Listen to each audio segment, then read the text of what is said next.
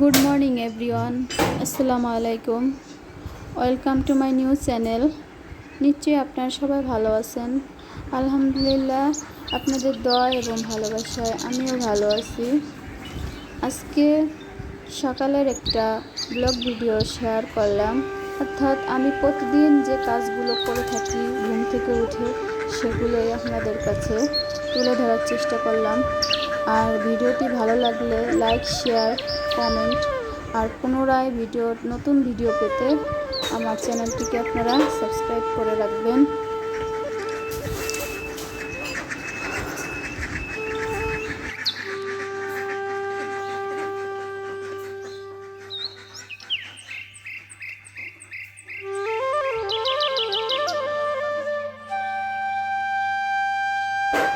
এসব কাজ যে শুধু আমার একার করতে হয় তা নয়, বরঞ্চ প্রতিটা গ্রামের মেয়েদেরই এসব কাজ করে থাকে।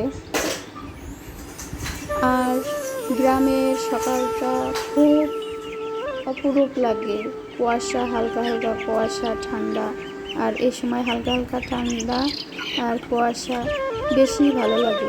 অতিরিক্ত শীতও ভালো লাগে না, অতিরিক্ত গরমও ভালো লাগে না। আর এই যে আমার ছোট ছোট মেহমান, অর্থাৎ হাঁস, মুরগি, বাচ্চা, এগুলো পালন করতে আমার খুব ভালো লাগে। এদের খাওয়া দাওয়া থেকে শুরু করে অসুখ বিসুখকে আমি যেভাবে সেবা যত্ন করি, এগুলো খুব কম মানুষই করে। আমার খুব ওদের পিছনে টাইম দিতে খুব ভালোই লাগে। কোন সময় কোনটা খাওয়াবো, অসুখ হলে কোন ওষুধটা দিব, কার অসুখ হয়েছে না হয়েছে, এগুলো আমি খুঁটিনাটি বের করি। আমি এই যে এই বাচ্চাটা খাচ্ছে না, জ্বর হয়েছে, আমি তাড়াতাড়ি তাকে কি ওষুধটা দিলাম, আমি ওই বক্সে করে ওষুধগুলো রাখি।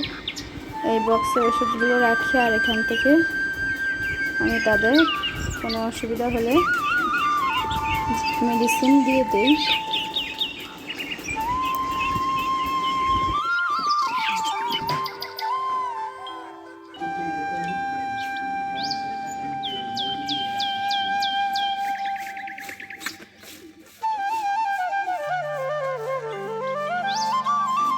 বাইরের কাজ সেরে চলে আসলাম ঘরে। আর আপনাদের ভাইয়া এতক্ষণে ঘুম থেকে উঠে গেছে। ঘুম থেকে উঠে চা নাস্তা করে দোকানে যাবে, তার জন্য আমি চা বসিয়ে আমার টুকিটাকি যে থালা বাসনগুলো ধুয়ে নিচ্ছি। আর একাকে চা হয়ে গেছে, এখন তাকে চা, বিস্কিট, ওকে হালকা পাতলা যে নাস্তা দিতে হবে সেইগুলো এখন দিব।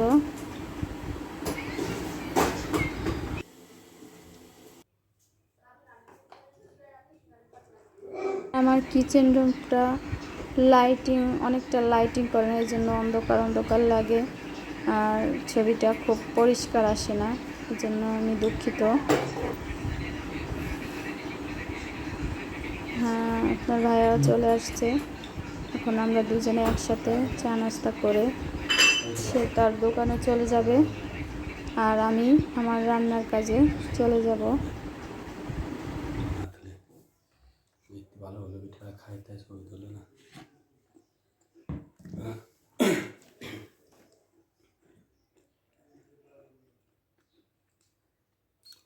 আর এত বড় পাতিল দেখে আপনারা নিশ্চয়ই ভয় পেয়ে যাবেন। আর আমি বড় পাতিলে রান্না করতে খুব পছন্দ করি, আমার ছোট পাতিলে রান্না করতে খুব একটা পছন্দ হয় না, এই জন্য বড় পাতিলে রান্না করি। মানুষ কিন্তু আমরা ফ্যামিলিতে 4 জন, আমার 2টা ছেলে আর আমি আর আপনাদের ভাইয়া। আর আমার শ্বশুর শাশুড়ি কংসুর বাড়িতে থাকে, যে বাড়িটার ভিডিও আর কি, যেখানে আমি এর আগে ভিডিওটা দিয়েছিলাম সেই জায়গায় থাকে। তারা মাঝে মাঝে আসে বেড়াইতে, এসে কয়েকদিন থেকে আবার চলে যায়। আর আমার ছেলে মাছটা উঁচু করে ধরে রাখতে পারতেছে না, আর আব্বু কেবলমাত্র বাজার থেকে দিয়ে গেছে। এগুলো আমি সুন্দর করে কুটে ধুয়ে ফ্রেশ করে ভাগ ভাগ করে ফ্রিজে রেখে দিচ্ছিলাম। আর এই মাছ আমার বড় ছেলে খুব পছন্দ করে, এই জন্য কিনা।